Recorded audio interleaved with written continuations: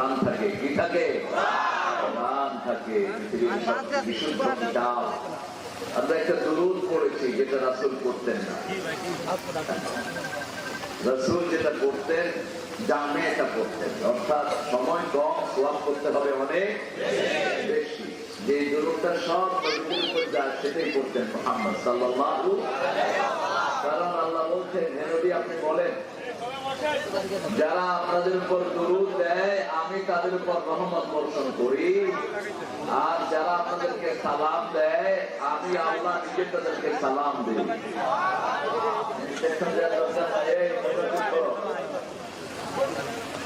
আমরা রাসূল যে দুরূদটা করতেন সেটা পড়বো। রাজি আছি তো?